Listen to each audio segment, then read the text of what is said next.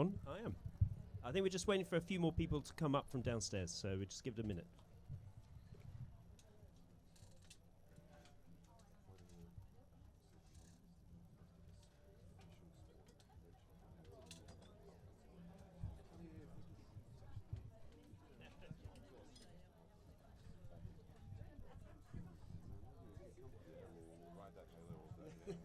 Room for a few more. Have you been to the sports beach? Yeah, it's kind of cool. It's great. All right, let's get started. So, good morning, everyone. Thank you for coming. Today, we're going to dive into creative opportunities on the CTV home screen. We will try and keep on time as much as we can. I know everyone's melting.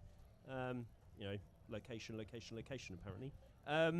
All right, so look, CTV home screen. What is it? Who owns it?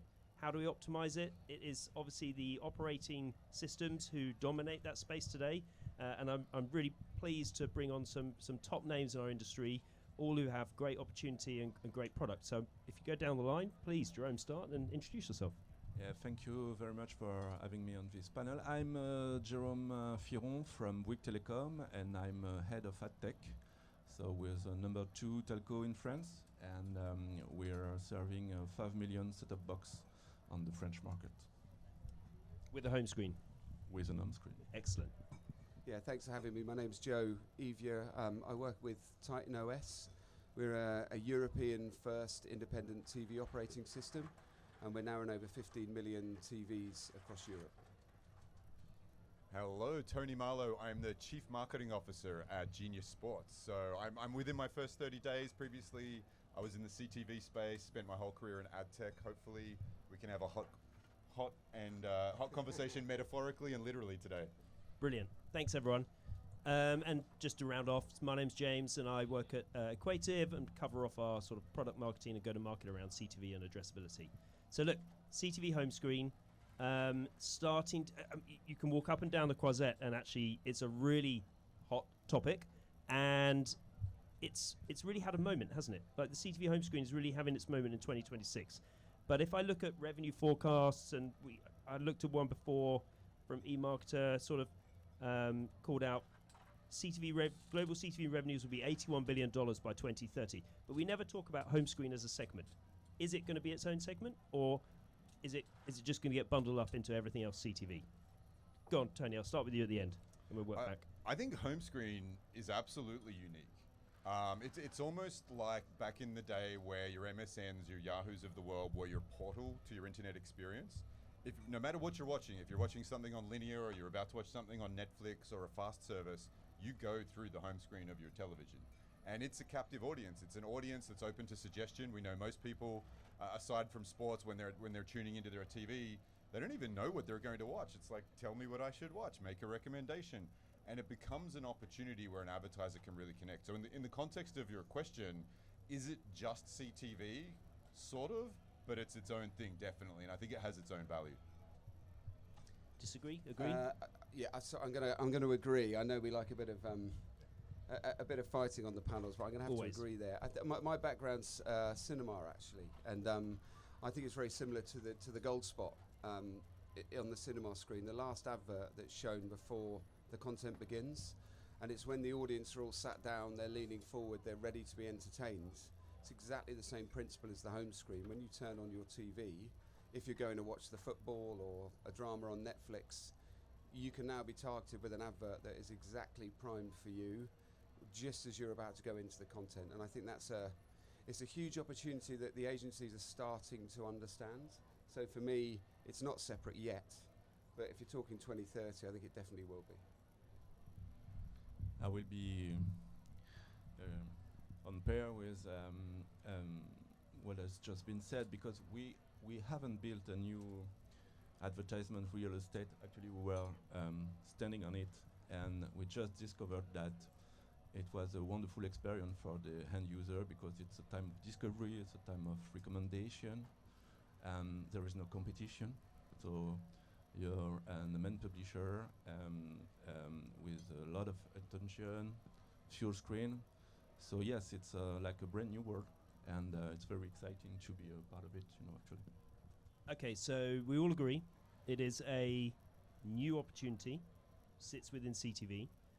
I love the concepts of recommendation. And Tony, you also called out that everyone sees it. So unlike a channel, everyone comes onto the home screen first. So it's captive real estate, I think was used.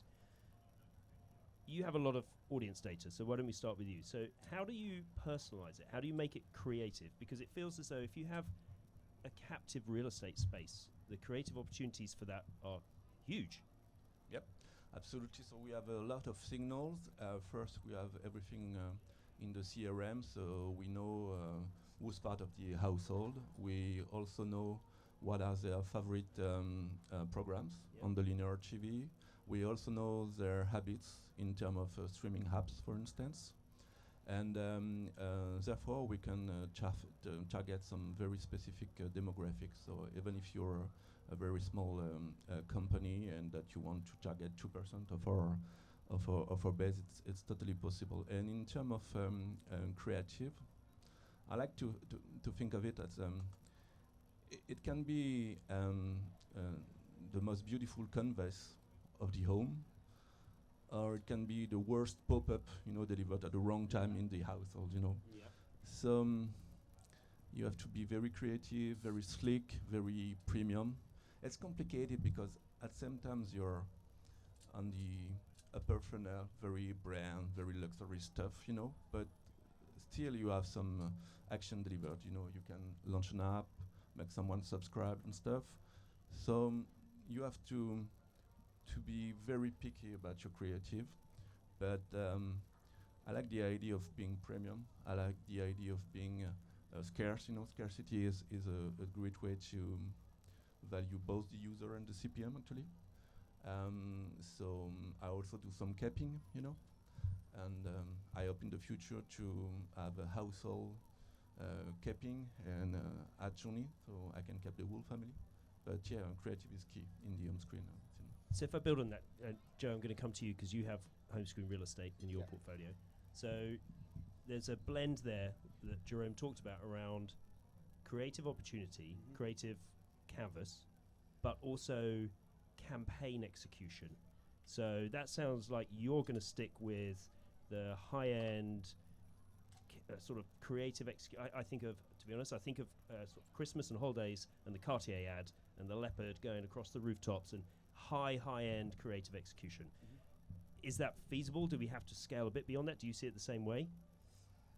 In theory, yeah. I mean, I think we have to be really careful with how we position the home screen in the market. We're in an industry where an impression counts, right? But I think this has to be seen as more than a standard impression. It's a moment, ultimately. In a way, it positions TV in the place it was 20 years ago, where brands could use it to tell stories and actually properly gain the attention of a customer. So I think we need to respect that and sell it in that way. The challenge that we all have, and probably everyone sat on this yacht has, is that we all need to make money. So there is a dichotomy there, and I think we need to be very careful. We've actually, at Titan, we've just devised a format where you can take a traditional AV creative and put it straight onto the home screen without any creative interruption. So it's very, very easy now for any brand to go on the home screen. That doesn't mean any brand should go on the home screen, so we need to be careful about who we target and who we market. But once you open those floodgates, do you think that's realistic? Because Jérôme shook his head. I wasn't sure if it was a reaction or if he was sort of just agreeing. But I think once you open the floodgates, it's hard to manage your creative output and execution when you can see the money opportunities you turn away. And we've all worked in the industry long enough to understand that's a constant struggle. Definitely.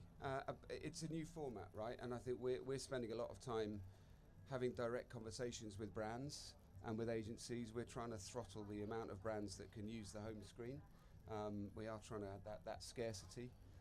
We've used the World Cup actually as a launch pad, so we're working with the likes of major sports brands who have got designated World Cup creative, so they can use that creative to target people before they go into a non-commercial environment, and we're then building case studies from that. But we're definitely under pressure from a number of agencies and brands to open it up. Okay. How much we can control that, I'm not sure. Fair enough. I want to go back to something else you said. You talked about a moment, and I've heard that word a lot this week, actually. Like, it's come around a lot. And Tony, this is something that your company focuses on as well. So that home screen, and we talked a little bit about being in the household, and I think we can all sort of picture that. There's different moments in there with your family, you're watching a sports event.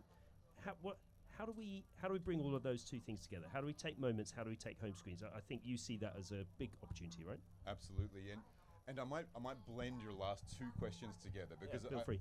I think on the last question there are three angles, and the third angle kind of comes to your more recent question. But with the home screen, there's the most obvious. So there's media and entertainment. It's endemic. Like you're there to be entertained. Here's a TV show. Here's an app that streams content. Those ads make sense. That's where the home screen started. And then there's what some would refer to as general market, and it does tend to be ultra premium. It's your Rolexes, it's your Cartiers of the world. They're using this deeply rich canvas, and the richness of the canvas and what you can do with it is what makes it premium. And then the third angle comes to the question you just asked is, well, how are you surrounding your audience, and what's the moment in time you're doing? So, for example, Genius Sports, unsurprisingly, we focus on a lot of sporting events. We've got, for example, the rights to the NFL data. We work with the English Premier League. We have technology at every NFL stadium that literally creates a digital twin. So we are logging the moments in real time, that interception. And that interception means a very different thing to fan A than it does to fan B. So you can start to say, well, we know you're a Jets fan versus a Patriots fan. That intercept for the Patriots fan might be a great thing, and for the Jets fan not. You can alter creative. And so capitalizing on those moments, whether it's on the home screen or whether it's a multi-screening thing during the course of the game, actually makes these ads more effective. And there are a bunch of like fun stats. One that makes me laugh, we recently discovered the fans of a losing team in any given sport, their basket size on QSR is 25% larger. Like they're eating their feelings if their team lost. It's incredible. And so understanding and having this knowledge of not just who is the fan, what is the moment or moments they've just experienced, and then what's the right message given those things, it's incredibly powerful. So that explains a lot. My football team did very badly last year. DoorDash on fast dial. I need that stat. I'm going to put it up in the house. I think the moments piece is really interesting, and I think it's fair to say that this is an early sort of moment for the industry, early for home screen. Are we ready to make advertising decisions in real time based on moment data, or do we still have to build towards that? At the moment, we are not doing on-the-fly advertising, so we have some rough composition of our UI at the very first launch of the UI, but that's something that we are looking into at the moment. There are also other moments to be constructed. For instance, you can imagine that you have some consideration branding on the home screens, and for the in-stream you have another kind of advertising explaining the products, and then you can conclude, the journey on the phone with the act of buying something and stuff. So there are different moments for an operator to construct, and we are looking into that at the moment, actually. Same for you, Joe? Yeah, not on the fly yet, but we're being hyper-targeted with some of the campaigns we do. We work closely with Currys, the UK retailer, and we're able to now use geolocation and shopper data to target someone who's in market for a particular product, and we can reach them on the home screen either with a QR code to go and buy or directions to the store that's within 5 miles. So we can be really, really targeted, and we know that it's going to be relevant because we know they're in the market for that product, but we're not doing things on the fly just yet. I'm going to ask for a bit of audience participation. So based on something we just did there, would you put your hand up if you'd be happy if you knew your home screen advertising recognized that your sports team either just lost the interception or won the interception? So put your hand up if you're happy for that. Yes, you're my favorite. Now keep your hands up. Keep your hands up.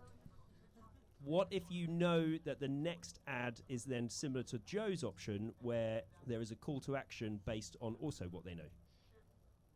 Okay, so not much of a change. Okay, so personalization of home screen is something that amongst this group we think is a real benefit, something we want to do, yeah? Shock us.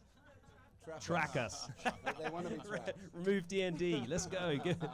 Yeah. Actually, that's the beauty. You don't need to track someone. Like, just knowing someone's fanship is not very intrusive. Understanding what's going on with the content, the game they're watching, again, not that intrusive, yet very powerful when put together. I think that's one of the most powerful elements of it. Obviously, you were saying tongue-in-cheek, but it's actually one of the benefits, yeah. That's tricky though, right? Because Jérôme, you obviously, Bouygues Telecom, you have a very different relationship with your customers than, say, maybe, a Genius or a Titan. Do you think the tracking option, the personalization option is different for you or any other company in your space? Well, actually, we had the chance to start a consent thing quite early in the process. So I have 2.5 million people that are giving me their consent, and I have like 400 segments on their daily use and stuff. So I'm pretty confident that we can easily personalize the experience. Plus, I have all the context. Yep. So I know what they're watching, what they just watch. I don't have I cannot look what the exact content is, but I know where they're coming from and what they're heading to. And so, yeah, I can personalize heavily my UI and all the advertising on the home screens. I think we, just on this note, I think as an industry we've got to be very careful though about how we use the data and the kind of advertisers we work with. I think you're seeing two parts of the industry merge reasonably quickly, digital and TV, and we need to remember that the TV is ultimately it's in a safe space, it's in someone's home, it's when they're relaxed, it's not a place where they need to be bombarded with advertising. I think of it as the most personal screen. I know we all think that this is, but this is ubiquitous. Everything we do comes to this. The TV relationship screen is quite different. And don't forget that's your personal time, isn't it? Like you're giving your time to that screen by choice. This is quite interruptive. It's transactional as well, the mobile. It facilitates something, whereas the TV is not. The TV, you have a very different relationship, and I think we as an industry have to be very careful not to chase the impressions, and we need to use the data very wisely. It's great that we've got all this user data and that some people want to be tracked, but I think we have to target the people very carefully, and we need to be very considerate in the way we do it. It's funny, I wore exactly the same thing as these guys. Now's my opportunity to say something different. Told you not to talk about it. But I do look at it differently. So one of the things that I find our leading edge marketers do understand is, and again, we're looking at it through a sports lens, and it may be different for different types of content, but most people who are watching a sporting event are multi-screening. It's a companion screen event. You're not just looking at the TV or just looking at your phone. Your phone is enhancing the experience, whether you're doing fantasy, whether you're placing a bet, whether you're trash talking your friend who's going for the other team, your phone is an enhancing element of the experience. And what's interesting, because obviously the World Cup is on right now, you might be at a bar or a live site watching this game, there might be 100 other people there might be 1,000 other people there. The opportunity for the big screen to be personal to you in a context like that is very difficult. The opportunity for the screen in your hand during a moment like that is very high for it to be personalized to you. Now, don't get me wrong, there are a lot of people in the household and you can personalize on the TV. In fact, we would advocate for that, but we look at the other screen as an integral part of the consumption experience, and we find the best marketers look at it holistically, not channel by channel. Mm-hmm. I was thinking about that as you were talking about it, and it got me thinking about the fact that during the World Cup, everyone has a favorite advert. And big events, people have favorite adverts. And I think sometimes as an industry, we underplay the advert as a piece of content. And I think the creative opportunity of a CTV home screen for favorite adverts is massive. Is yours the Powerade water break? Is that No, I actually controversial? I think obviously. the Nike one took it. I wish it hadn't, because it's often them. But often you have there's often Guinness, Nike, Adidas. Yeah. But I think I like the Nike one. Anyone want to disagree? Feel free. Shout out your favourites. Adidas, Timothy Chalamet was good. Okay, But I think yeah, the UK specific is the Paddy Power with Danny Dyer and Rob Lowe. That might not translate to It might not, non-UK but it's very audiences. funny. So creative opportunity then. We're talking about, I think we all agree that the opportunity is huge. The screen, the canvas, we're all aligned on that. There's a little bit of a battle between creative messaging and, if you like, reach and sort of typical advertising metrics. Is that fair? Yeah? Yeah. We talked a bit about personalization. So QR codes, response paths. Is that an option for home screen? Is that viable, or do we stick to creative messaging? Jérôme, start with you. That's a big question at the moment because we saw a lot of startups actually promising that you see the ad on the home screen and you can have an interaction directly on your phone. It just work on a PowerPoint because with GDPR it's very complicated. But again, we are looking into this whole journey, especially because we have a lot of, we have actually like 16 millions of mobile users. So we need to find a solution, but it would be perfect to have like a premium upper funnel on the home screen and a final bottom funnel on the mobile phone. Yeah, which is what Tony was talking about. Sure. I mean, I agree with what Tony said. I think you have to follow customer behaviour, and ultimately, the majority of people are dual screening. Everyone's aware now of QR codes and how they work. Arguably, the home screen is a really good place to put a QR code because it's not in the middle of an ad break, it's right there in front of you. So as long as it enhances the creative that you're seeing and is relevant to you, I think it's a really positive way to drive attribution. And we're certainly seeing more and more performance-based brands embracing not just CTV but the home screen as well.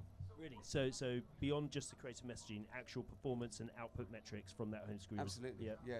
They're all trying to ensure they get a good cost per acquisition, measure attribution.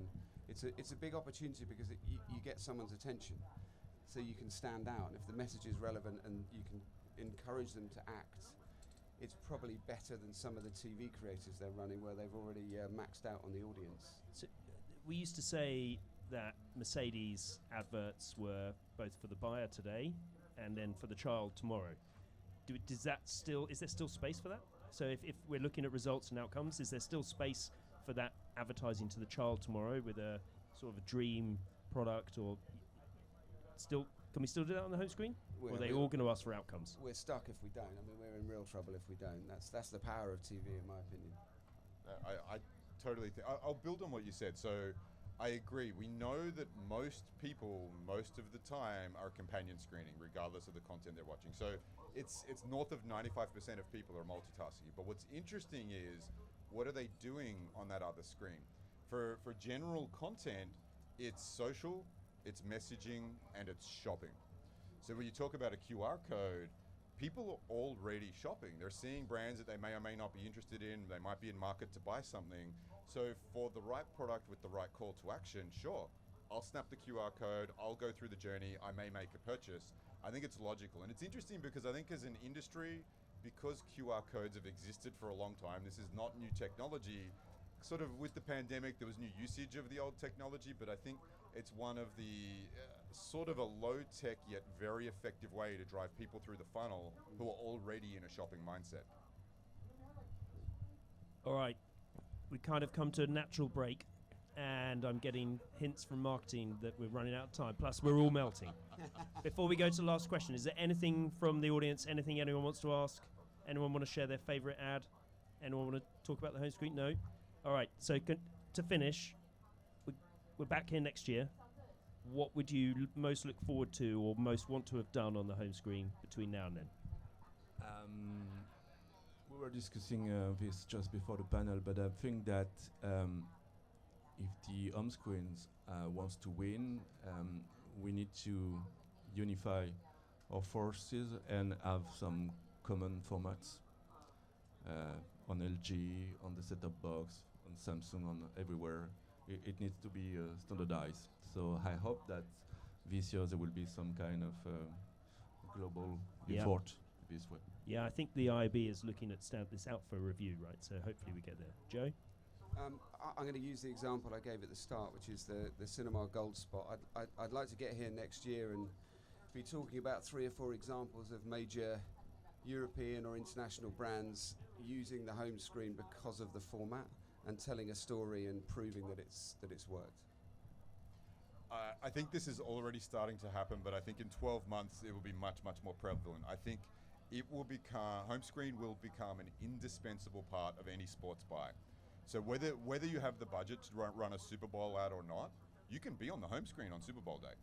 Whether or not you're a partner of the MLB or Major Premier League Soccer, again, you can be on the home screen. So I think we will see it, and again, it's already happening, but it will almost become an indispensable part of how you can surround sports and how you can surround cultural events, even things like the Oscars and just these moments in time that are in the zeitgeist, because we're in such a fragmented media world.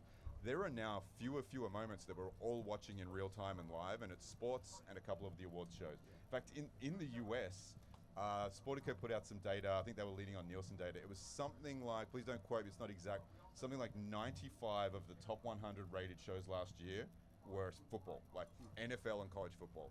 Linear TV is now the football channel in the US. So surrounding all of that in a way that connects with your customers, regardless of whether they want to stream, watch linear, however they're doing it, I think you'll see that just be commonplace this time next year. That's great. Thank you so much. Everybody, please thank the panel. Hope you enjoyed that as much as I did. Thank you very much.